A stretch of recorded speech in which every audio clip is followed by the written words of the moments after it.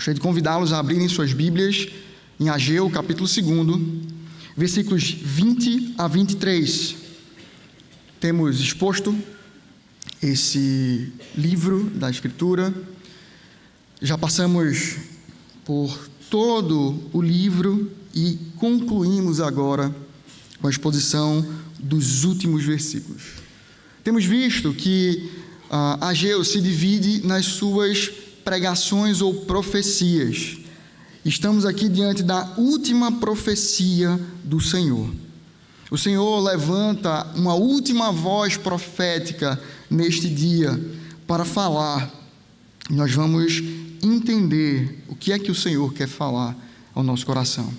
Temos estudado nessa série sobre o tema de alinhando o coração. O Senhor tem nos direcionado a um coração que o louva, que descansa nele, e por isso estejamos atentos à voz do Senhor. Diz assim a palavra de Deus, Ageu capítulo 2, versículos de 20 a 23. A palavra do Senhor veio pela segunda vez a Ageu no 24º dia do mês, dizendo: Fale a Zorobabel, o governador de Judá: farei tremer o céu e a terra. Derrubarei o trono dos reinos e destruirei a força dos reinos das nações. Destruirei os carros de guerra e os que andam neles. Os cavalos morrerão e os seus cavaleiros matarão uns aos outros.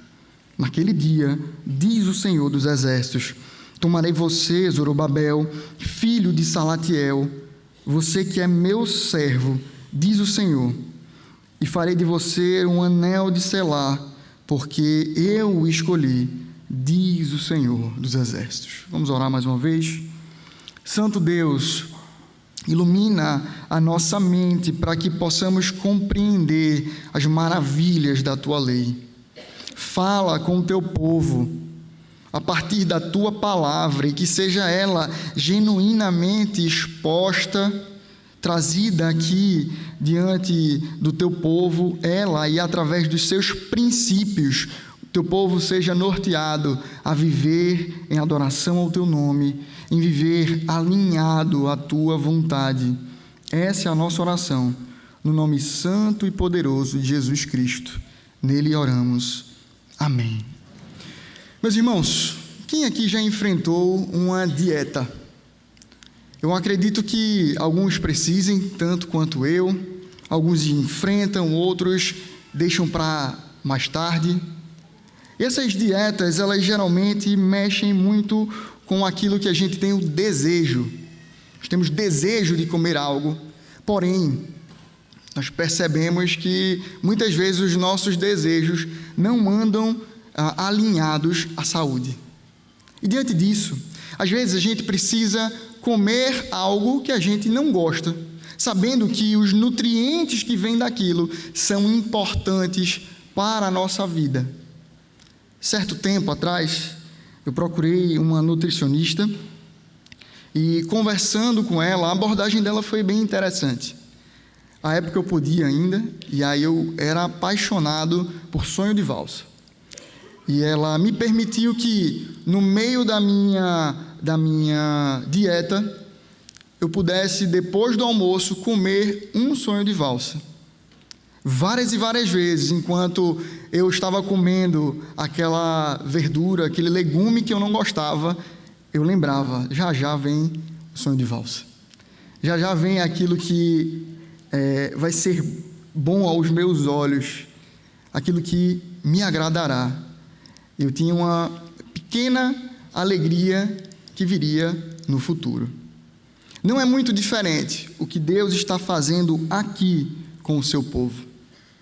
No meio das suas palavras, o Senhor tem trazido com muitas vezes dureza, nutrientes que são importantes ao coração do seu povo, para que eles possam, às vezes, amargando aquele sabor, nutrir o seu coração de coisas que são importantes, boas, que fazem menção sobre o Senhor das suas vidas, direcionando, trabalhando o seu povo e o seu coração a depender única única e exclusivamente dele.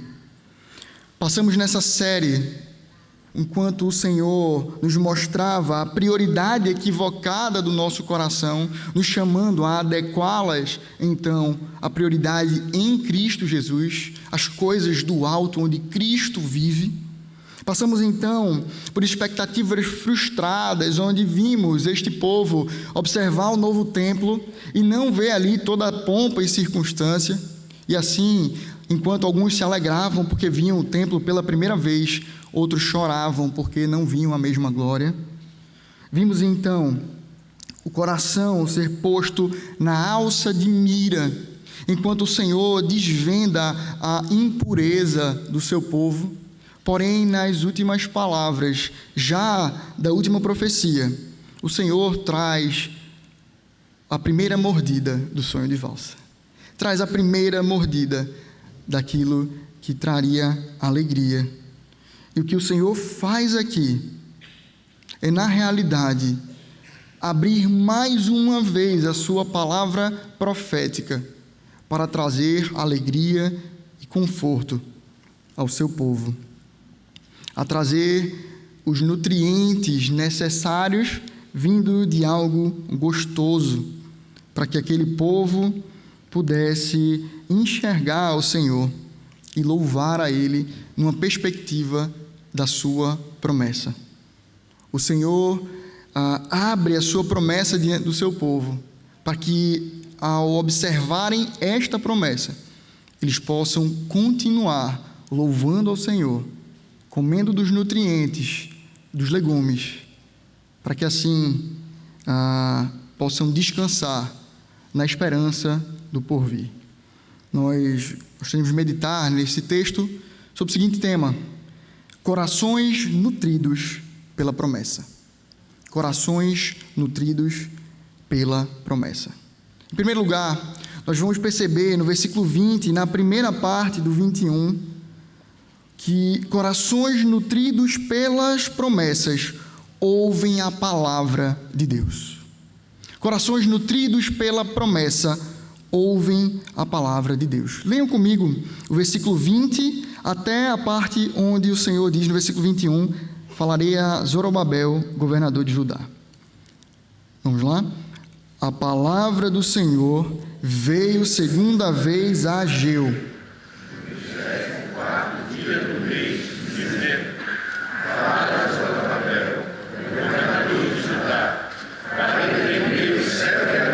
Até aqui. O destaque do texto aponta para o Senhor falando mais uma vez ao mesmo dia. Se você voltar, no meu caso, uma página aqui na sua Bíblia e observar o versículo 10, no capítulo 2, nós vamos perceber que neste mesmo dia o Senhor abriu a sua boca para falar àquele povo. A gente percebe que do primeiro para o segundo dia há um pulo temporal e do segundo para o terceiro também, para a segunda profecia, para a terceira profecia. Percebemos então agora, no mesmo 24º dia do 9º mês, no segundo ano do reinado de Dario, a palavra do Senhor vira ao profeta Ageu. Mais uma vez, o Senhor quer falar ao seu povo. O Senhor parece então querer destacar algo que considera precioso, importante. Sabe quando você talvez tenha um aluno, um filho, alguém em quem você está investindo sua vida em discipulado, e você precisa trazer uma palavra difícil, de encorajamento, de mudança, porém, ela precisa sim ouvir algo que a incentive a fazer e ser lembrada das promessas do Senhor para com a sua obediência. E aí então você faz como que um sanduíche, onde você envolve aquela crítica em meio a elogios que são verdadeiros, são importantes, mas que estão envolvendo aquilo que é necessário mudar, aquilo que vai doer muitas vezes. Nós percebemos aqui o Senhor trazendo esse deleite posterior para esse povo, depois de ter falado coisas duras e difíceis ao seu coração. depois de ter lapidado aquele coração, arrancando templos bonitos, arrancando prioridades equivocadas. E aqui, então, o Senhor chega para destacar algo que é precioso, que é bom. A sua orientação envolve isto: apontar para a promessa e este povo ouvir novamente a palavra do Senhor. Curioso é perceber, então, que dessa feita o Senhor resolve falar diretamente com uma pessoa. Se anteriormente ele chama a multidão e fala à multidão, agora ele escolhe a uma pessoa e se dirige a ela. Essa pessoa é Zorobabel. Zorobabel, meus irmãos, ele foi um líder do período pós-exílico babilônico. O seu nome é visto aqui em Ageu várias e várias vezes. Vimos que no testemunho diferente do comum, onde o Senhor traz diante do seu povo as testemunhas do reinado, do sacerdócio e dos profetas diante do seu povo, Zorobabel está ali. Ele é o símbolo daquele que aponta para o reinado do Senhor. Isso porque ele é da linhagem real de Davi. Ele é neto de Joaquim ou Jeconias. Isso é tão forte na Escritura que esse homem é levantado, é citado em pelo menos 4 livros da Escritura: Esdras, Neemias, Ageu e Zacarias. E lá na frente, na genealogia de Cristo, ele é cravado este nome. Mateus 1, 12 e 13 vai nos dizer o seguinte: que depois do exílio na Babilônia, Jeconias gerou a Salatiel, e Salatiel gerou a Zorobabel.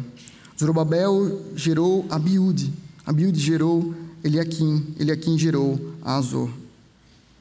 Percebemos então o Senhor separar aquele homem para ouvir da sua palavra. Deus quer dizer ao seu povo, mas quer falar por meio de Zorobabel. E por que a gente pode dizer isso? Ele quis dizer ao seu povo porque minimamente percebemos esse texto aqui, preservado no cânon bíblico, chegando até nós. Mas essa mensagem precisava passar pelos ouvidos de Zorobabel, despertando nele confiança no Senhor, para que ele permanecesse a fazer o seu trabalho. E o que a gente percebe então é exatamente que o conteúdo dessa fala do Senhor ao coração de Zorobabel traz em seu bojo o conforto como tema. Deus quer confortar o coração do seu servo ao ouvir a sua palavra. As palavras finais, então, da profecia anterior, mostram o Senhor pesando sua mão, mostram o Senhor trazendo àquele povo o chacoalhar da sua santificação, enquanto eles são apontados para uma repreensão. E nós vemos aqui que a mensagem do mesmo dia, em resumo, chamava atenção às seguintes coisas. Primeiro, uma repreensão a essa infidelidade ao Senhor. Em segundo lugar, percebemos um convite a discernir o coração e as atitudes que vêm do coração. Além disso, há um alerta sobre o vazio das impurezas. Nela não encontramos solidez. E por último, um convite a atentar à vontade do Senhor em abençoá-los. O Senhor chama a atenção daquele povo para que eles percebam que Deus tem vontade de abençoá-los. Versículo 19 vai dizer no final o seguinte: mas de hoje em diante eu abençoarei vocês. E o que ele diz antes disso é: além disso, a videira, a figueira, a romanceira e a oliveira não têm dado frutos. Então, nos diz: mas de hoje em diante eu abençoarei vocês. O Senhor tem despertado o seu povo a falar. Ao falar com eles, o Senhor tem chamado a Zorobabel para ouvir daquele conteúdo. O Senhor apresenta a sua voz mais uma vez para que o povo o ouça, para que o seu servo ouça, e assim seja direcionado a permanecer firme, a alinhar o seu coração, ao afiar o seu coração nas promessas do Senhor, enquanto ele ouve a sua palavra, enquanto o seu servo e o seu povo ouvem a sua voz. O Senhor destaca Zorobabel para que possa ouvir o que ele fará por eles. O Senhor chama para rememorar a sua promessa e a sua aliança, trazendo a sua voz aos ouvidos daquele servo. Comentando sobre essa passagem, o pastor Heber Campos Júnior destacou 3 ênfases sobre a repetição da palavra do Senhor, sendo importante aos nossos corações, aos corações dos seus servos. Em primeiro lugar, ele destaca que precisamos ouvir o Senhor para mudar. As perspectivas só podem ser modificadas, alteradas, quando o Senhor fala e nós podemos atender a Ele. Em segundo lugar, precisamos relembrar o nosso coração, pois nosso coração é tendente a esquecer. Precisamos lembrar o nosso coração, porque o nosso coração é tendente a esquecer. Nós vemos no Decálogo somente dois mandamentos que não começam com não, negativas do Senhor, para que a gente não venha a fazer, porque Ele mostra a nossa tendência a fazê-lo. Um deles começa com lembra-te. Lembra-te do dia de sábado para o santificar. Mais uma vez, Deus está desnudando o nosso coração, mostrando que nós temos uma tendência, sim, a deixar de lembrar, a deixar de lado, ou seja, a esquecer. E é por isso que precisamos estar atentos e disponíveis a ouvir a voz do Senhor mais e mais e mais e mais vezes. Por último, ele fala que era importante terminar a sua exposição, as suas profecias, expondo a obra do Messias. Ela é a finalidade de tudo. Ela é que faz sentido ou dá sentido a todas as coisas. Por isso fazia necessário ao Senhor, e por isso Ele crava na sua Escritura essa esperança messiânica novamente cravada diante do seu povo. Deus quer lembrar, mediante o anúncio da sua palavra, quem é o Messias, para onde Ele nos levará e como nós podemos descansar nele. Meu irmão, como é que você tem lidado então com a palavra de Deus? Ela te parece enfadonha? Ela te parece repetitiva? Ela te parece trivial? Eu já conheço de tudo isso. Ela te parece folclórica? São contos para que eu possa ensinar ao meu filho? São como os heróis dos gregos ou de outros? Será que você entende como uma história distante? Não, foi do povo de Deus, mas lá do passado. Ele falou a Abraão, ele falou a Israel, ele falou aos seus discípulos. Não, meus irmãos, a palavra de Deus, ela é verdadeira. Ela narra a história da redenção. E ela é relacional, porque ela vem com o intuito de transformar os nossos corações. E aí, diante disso, eu faço novas perguntas a você. Há quanto tempo você não lê as Escrituras? Talvez você queira brincar comigo e dizer: acabei de ler na liturgia, acabei de ler com você. Há quanto tempo você não medita nas Escrituras? Há quanto tempo você não lê essa Escritura a buscar os nutrientes necessários para que a sua fé seja expandida como meio de graça que ela é para nós, para fazer essa expansão e o crescimento em santificação? Quantas vezes você tem lido de forma técnica, rasa, sem entender que ali o Senhor dispõe de dar a nós intimidade com o Deus Criador de todas as coisas, Deus da aliança. Como nós temos lidado com a Escritura? O que é ela para você? E repito, não permita que as Escrituras se tornem enfadonhas ao seu coração. Não permita que a Escritura seja para você como um cardápio onde você lê o que quer e busca satisfazer as suas vontades nela. Pelo contrário, seja satisfeito em agradar ao Senhor e transformar-se à medida que a Escritura é trazida ao seu coração. O Senhor das nossas vidas se revela por essa palavra. Ele se dá para nós, para que possamos conhecer Ele através dela. O Espírito Santo de Deus compôs essa Escritura para que se achegasse até a nós Cristo por meio dela.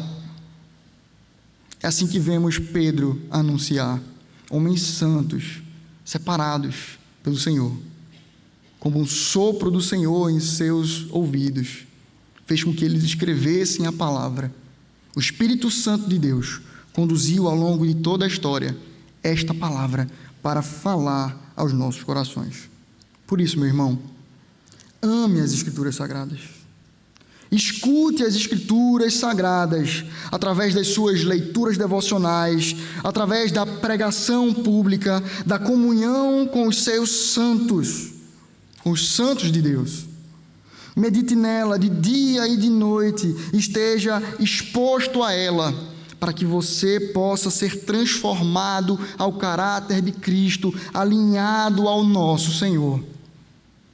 Esteja disponível a ouvir, a meditar e a viver consoante a palavra de Deus. Meus irmãos, temos estudado sobre corações nutridos pela promessa. Em primeiro lugar, vimos que corações nutridos pela promessa ouvem a palavra de Deus. Em segundo lugar, perceberemos que corações nutridos pela promessa descansam no poder de Deus. Corações nutridos pela promessa descansam no poder de Deus. Os versículos 21 e 22 nos trarão conteúdo para que a gente possa perceber que podemos descansar no poder do Senhor. Peço aos irmãos que me ajudem novamente. Versículo 21 e 22. Fale a Zorobabel, o governador de Judá. Farei o céu e a terra, derrubarei o trono dos reis e destruirei a força dos reis das nações. Destruirei os carros de guerra e os que andam neles. Os cavalos morrerão e os seus cavaleiros matarão uns aos outros. Até o 22.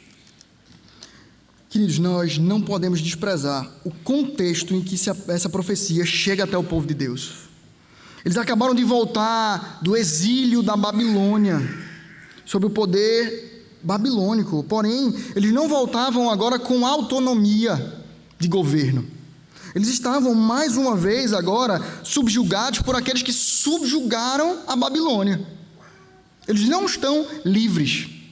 Porém, o Senhor, dono de todas as coisas, Ele dá àquele povo certo tipo de liberdade para que eles pudessem voltar à sua terra e assim reconstruir o povo, usando homens ímpios, porque o Senhor tem domínio sobre todos e sobre todas as coisas. Porém, eles não voltam para lá com liberdade.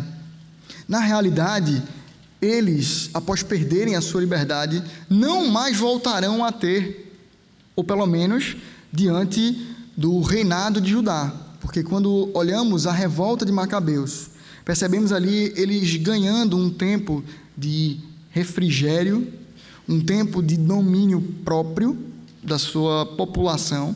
Porém, os Macabeus vêm da tribo de Levi e não de Judá, por consequente, não vêm de Davi, a quem o Senhor havia prometido que o seu reino não teria fim, que os seus descendentes estariam contados ali entre os do Senhor, e que a partir da raiz de Davi, ele traria o rei. Além disso, meus irmãos, o que percebemos no texto é que há um tempo de troca de reis e que esse período é sempre perigoso. Vários povos se aproveitam destes tempos de transição, e a gente percebe isso na expressão que está no 2º ano do rei Dario. Para aquele tempo é um tempo curtíssimo de estabilização de um reino. Então, muitos povos, eles aproveitam para buscar a independência, buscar a conquista talvez de outro povo. Estamos falando então de um período pequeno para os moldes daquela época, mas que o Senhor revela o seu poder sobre os céus e a terra. Ele revela que Ele é Deus poderoso. Vale considerar que Ele se apresenta primeiramente nas Escrituras como o Deus criador dessas duas coisas. Quando em Gênesis nos diz: do princípio criou Deus os céus e a terra. Farei tremer o céu e a terra. Quem pode dizer isso? O Criador delas. Aquele que dobra a natureza, a criação, conforme a sua vontade. É esse que tem dito que fará tremer a terra. Esse Deus Criador revela o seu domínio sobre tudo aquilo que Ele criou. Estes elementos imensos aos olhos dos homens se curvam ao poder da voz do Senhor para serem criados e para exercerem a vontade dEle. Ele mesmo já demonstrou antes o seu domínio sobre essas coisas, enquanto conduzia a história da redenção do seu povo. E aí eu gostaria de pensar em algumas com vocês. Nós vemos o Senhor, nas pragas do Egito, evidenciar o seu domínio sobre a natureza. Obedecendo ao seu mandar, abriram-se mais de uma vez, fazendo o povo passar a pés enxutos águas, no Mar Vermelho, no Rio Jordão. Vemos que a terra, ela se abriu e tragou os rebeldes em Corá, os coraitas. O sol, chamado por alguns de astro-rei, retrocedeu em 10 graus pelo mandar do Senhor.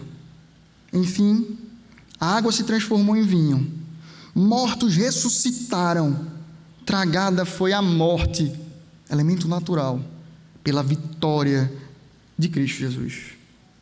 É esse mesmo Deus que domina os céus e a terra, que subjuga a todos os reinos. Ele tem domínio sobre todos os reinos. A cultura da época, ela apontava para que deuses locais protegiam os povos com quem se relacionavam.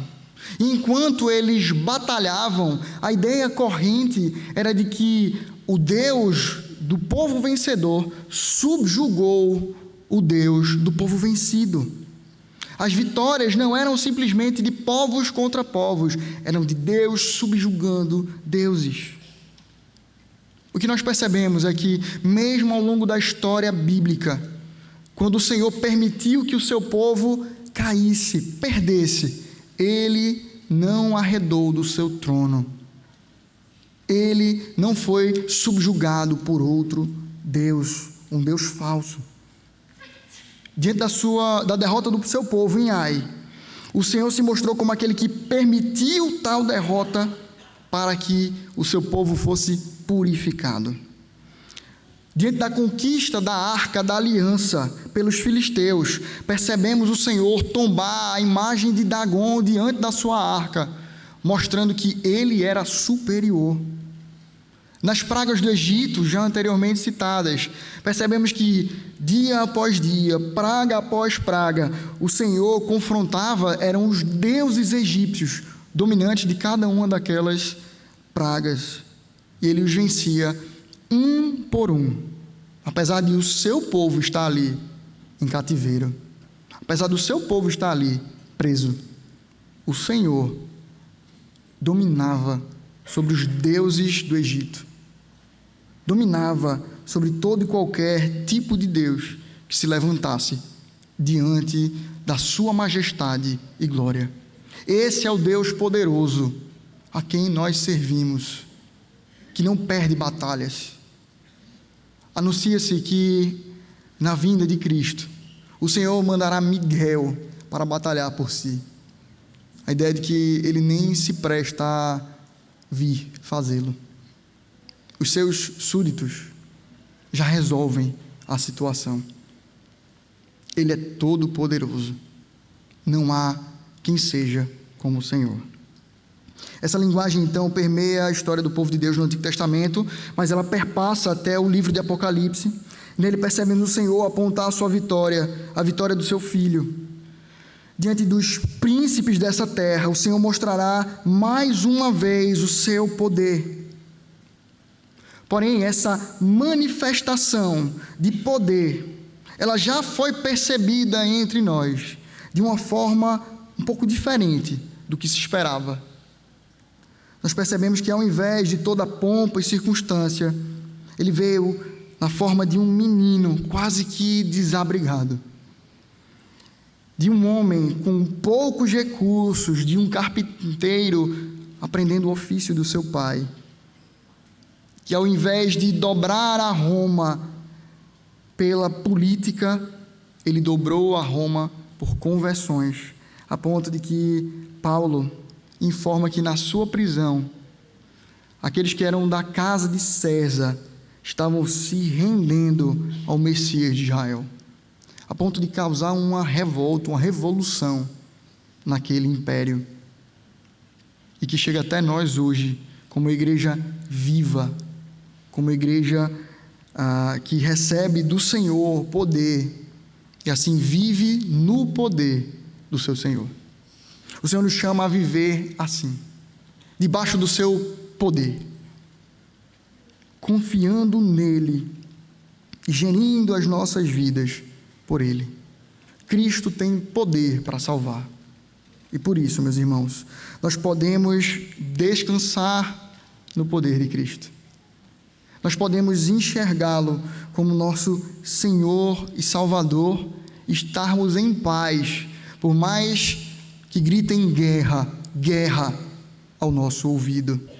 Por mais que gritem guerra, guerra ao nosso redor, nós estamos diante do Deus que tem todo o poder e que tudo se curva a Ele. Descanse no Senhor. Seja abraçado pela paternidade a qual o Senhor nos lega viver. E sujeite-se ao Senhor, descansando nele. Irmãos, temos estudado sobre corações nutridos pela promessa. Vimos em primeiro lugar que corações nutridos pela promessa ouvem a palavra de Deus. Em segundo lugar, percebemos que corações nutridos pela promessa descansam no poder de Deus. E em terceiro e último lugar, observaremos que corações nutridos pela promessa descansam na aliança de Deus. Na realidade, confiam na aliança de Deus. Corações nutridos pela promessa confiam na aliança de Deus. Versículo 23 diz assim, vamos todos juntos?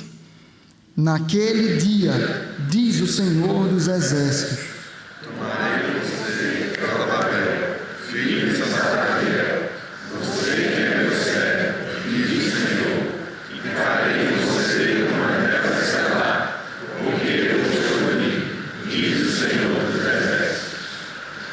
As palavras do Senhor recaem agora sobre uma data. Os olhares atentos repousam para um certo dia, que aqui no texto está cravado como naquele dia, ou aquele dia. Essa linguagem permanece sendo uma linguagem militar. Mais uma vez, chamo o pastor Eber Júnior para nos ajudar e nos auxiliar a compreensão desse termo, quando ele diz que ele aponta para uma perspectiva de um poder para vencer em um único dia aquela batalha. Fala-se que povos, exagerando as suas menções de guerra, afirmavam e pediam para se colocar nas suas literaturas a ideia de que venceu-se em um dia.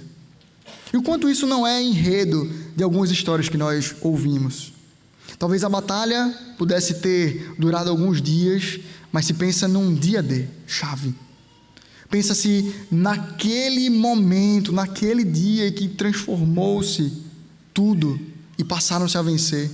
Porém, a ideia daqui do texto é apontando que em um dia específico, o Senhor mudará toda a sorte. O Senhor vencerá em um dia específico a todos aqueles que se levantaram contrários a Ele. Ele se apresenta então como o Senhor dos exércitos. Este capaz de vencer se apresenta assim. É interessante pensar que somente em Ageu essa expressão aparece 14 vezes, Senhor dos exércitos. No Pentateuco, nós não vemos em nenhum momento o Senhor utilizar essa expressão. Porém, no período pós-exílico, essa expressão aparece cerca de 80 vezes. Isso aponta para um destaque que Deus quer fazer diante do seu povo. Ele quer falar algo quando ele se revela como Senhor dos exércitos. O Senhor quer destacar a sua força e poder. Ele quer que o seu povo o conheça como ele quer se apresentar, dominante sobre tudo, todo-poderoso. É esse o Deus a quem nós servimos. Esse Deus poderoso, então, ele afirma que tomará Zorobabel em suas mãos. Eu gostaria de lembrar a vocês quem é Zorobabel. Zorobabel foi um líder pós-exílico que aparece aqui em Ageu, citado em pelo menos 4 livros, Esdras, Neemias, Ageu e Zacarias, de linhagem real, descendente de Davi, neto do rei Jeconias, e é cravado então na genealogia de Cristo. É esse homem com quem o Senhor está tendo o privilégio, Deus está tendo o privilégio de falar aquele homem. Ele é filho de Davi, a quem Deus prometeu que a sua descendência nunca teria fim e se celebraria o seu reinado pela eternidade. Porém, Joaquim, ou Jeconias, ele recebe uma promessa diferente. O Senhor prometeu que seus filhos não prosperariam no seu reinado. Em Jeremias 22, versículo 30, na parte final, nos diz que e nenhum dos seus filhos prosperará, para se assentar no trono de Davi e ainda reinar em Judá. Pela infidelidade de Jeconias, o Senhor arranca dele o reinado. O que percebemos é que não mais se voltou, de fato, a ter um rei de uma forma política, atuando em Israel. Porém, a aliança do Senhor, ela permanece. E ela permanece e é restaurada em Zorobabel. É isso que Deus está trazendo ao ouvido daquele homem. E trazendo ao ouvido do seu povo. Deus renova a sua aliança. Deus é o Deus de aliança, que perdoa, que purifica, que anexa pessoas à sua aliança e dirige os seus passos. Aqui em Zorobabel, o Senhor está restaurando a promessa. Ele reverte o juízo sobre Jeconias e se apega a Zorobabel para cumprir a sua promessa, a sua aliança. A mesma expressão que aparece dando desprezo a Jeconias em Jeremias 22, 24, é a mesma resgatada em Zorobabel, quando ele chama aquele homem de anel de selar. Este anel, ele era utilizado pelos reis para trazer autenticação à sua palavra e também mostrar o que pertencia a ele. Eles estavam sempre próximos aos seus donos, que não se apartavam deles. Ou eles estavam em alguns anéis, nos dedos do seu rei, ou alguns estavam em colares, na proximidade do seu possuidor. Isso para que ninguém viesse a tomar daquilo e falar em um nome que não fosse o próprio. Falar algo que não viesse da boca ou da pena, da escrita do seu possuidor. Deus então traz essa referência do anel de selar e coloca aqui Zorobabel, apontando como esse selar, como esse anel de selar. Eles funcionavam então como selo de garantia que aquilo pertencia ao Senhor. O que nós percebemos também é que Cristo, na sua obra de salvação, nos legou um selo de autenticação também. O seu anel de selar é o seu Santo Espírito, que habita no meio do seu povo. O Senhor sela aos seus mediante a presença do seu Santo Espírito. E aquele que não é possuído por esse Espírito do Senhor, não é tomado por esse selo da aliança, ele não é contado entre os seus. Ele nos sela, e sobre este selo também não há quem possa nos tirar dele. Não há ninguém que possa abrir as mãos do Senhor e tirar o seu anel de selar. Não há quem possa tirar das mãos do Deus poderoso aquilo que Ele tem em suas mãos. Se Ele autentica a nossa salvação e nos coloca para dentro da sua aliança, nós podemos confiar que esse Senhor dos Exércitos executará a sua promessa, porque Ele é Deus da aliança. Ele promete e cumpre. A sua palavra chega até nós, nos mostrando esse Deus de graça, esse Deus de favor, esse Deus de misericórdia, esse Deus de aliança. Porém, meus irmãos, antes de tratá-lo como anel de selar, Zorobabel é tratado como meu servo. Essa expressão aparece sobre Davi primeiramente, apontando para aquele que é escolhido por Deus para o servir. Nessa expressão, a raiz do termo de mediador e Cristo se encontram presentes. Deus está apontando um caminho por meio de Zorobabel. Porém, meus irmãos, Zorobabel não tem destaque nenhum em si mesmo, que não o de simplesmente conectar a raiz de Davi até Jesus. Sua glória, seu papel é permanecer coadjuvante na história da redenção, da qual ele era necessitado, quanto cada um de nós também o somos necessitados. Certo comentarista bíblico, falando sobre Zorobabel, nos afirma o seguinte: à medida que o tempo passou e Zorobabel não foi honrado como eles esperavam, as esperanças messiânicas foram transferidas para os seus descendentes.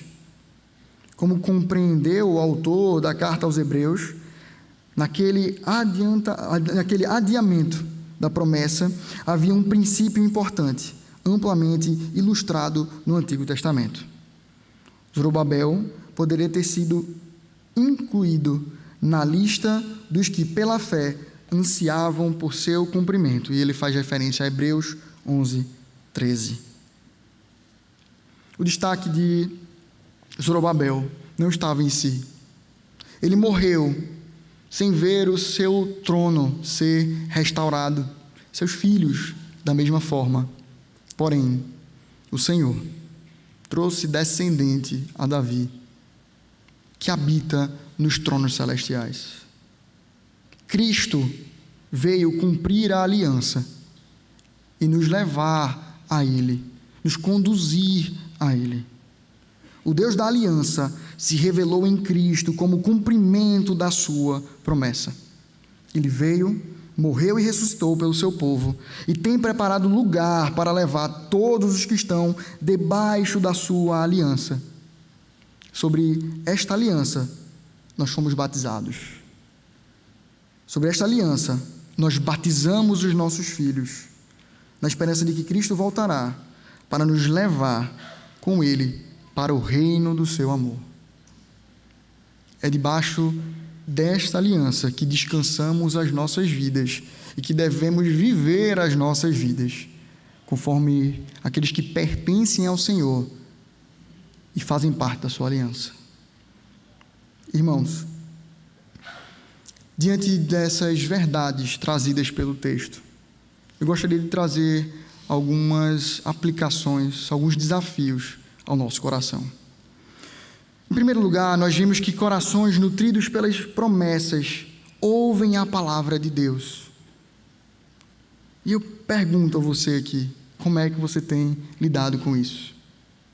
Talvez aqui no meio de nós possam haver mestres em divindade, possam haver doutores formados no Andrew Jumper ou qualquer outro seminário e instituição que estude sobre a palavra de Deus, sobre Deus.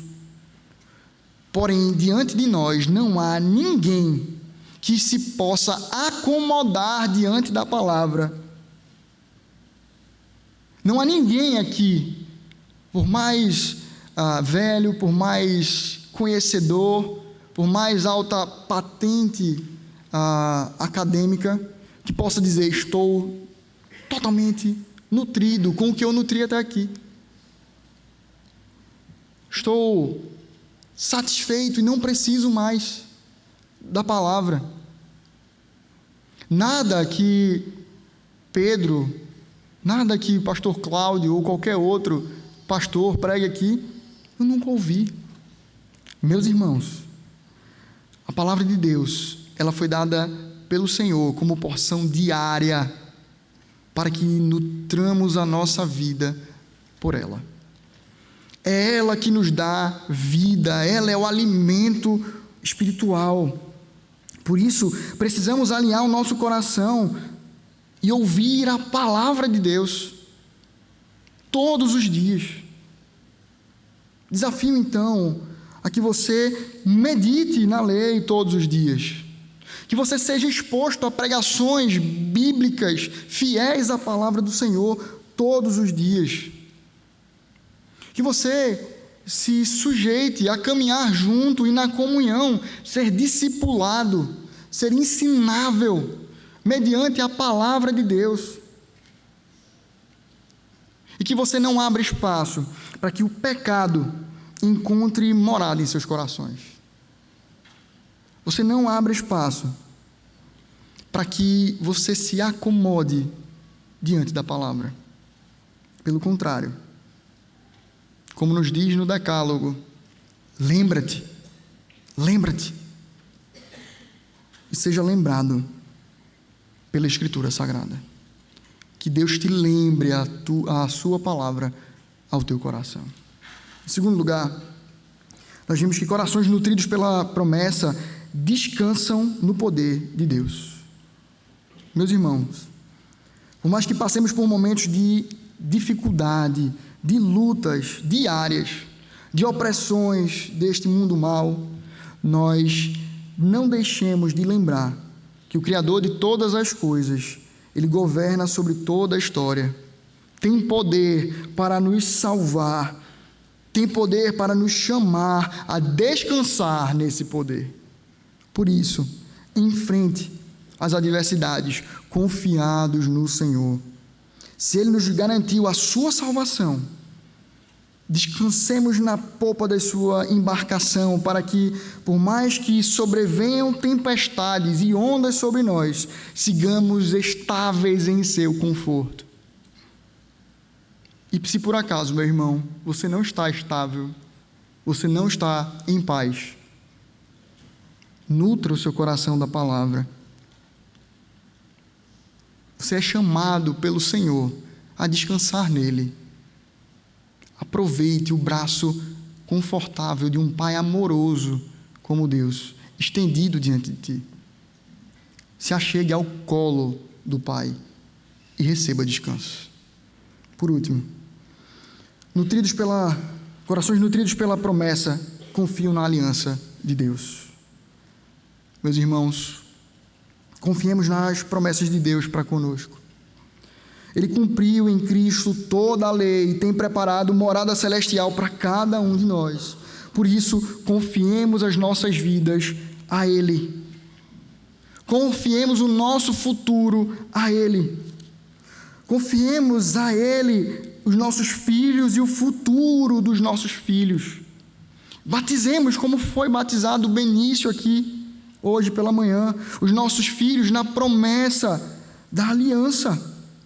E diante disso, investamos em alta conta, na espiritualidade, na vida devocional desses filhos, para que eles vivam segundo a palavra do Senhor, para que eles vivam como aqueles que são selados pelo selar do Senhor, para que o Senhor, com seu chamado eficaz, os tome no devido tempo e os confirme em graça e favor, que eles pertencem ao Senhor, sabendo que eles são herança do Senhor para conosco. Batizemos os nossos filhos, investamos nos nossos filhos, no reino, muito mais. Eu queria que você fizesse essa conta nesse sentido. Se você tem uma poupança destinada para o seu filho, onde você guarda recursos, se você tem investido em colégios caros, em educação de qualidade, faça um desafio ao seu próprio coração. Sabemos que não vai ser monetariamente visto isso, mas se dedique muito mais aos seus filhos, quanto a que eles conheçam ao Senhor e vivam para Ele. Dediquem-se mais e mais àquilo que faz parte da economia dos céus, do que da economia dessa terra. E confiados no Senhor da aliança, que nos colocou dentro da aliança, vivamos verdadeiramente como servos seus. Que o Senhor nos dirija os passos, alinhe o nosso coração, para que as nossas expectativas estejam todas descansadas em Cristo.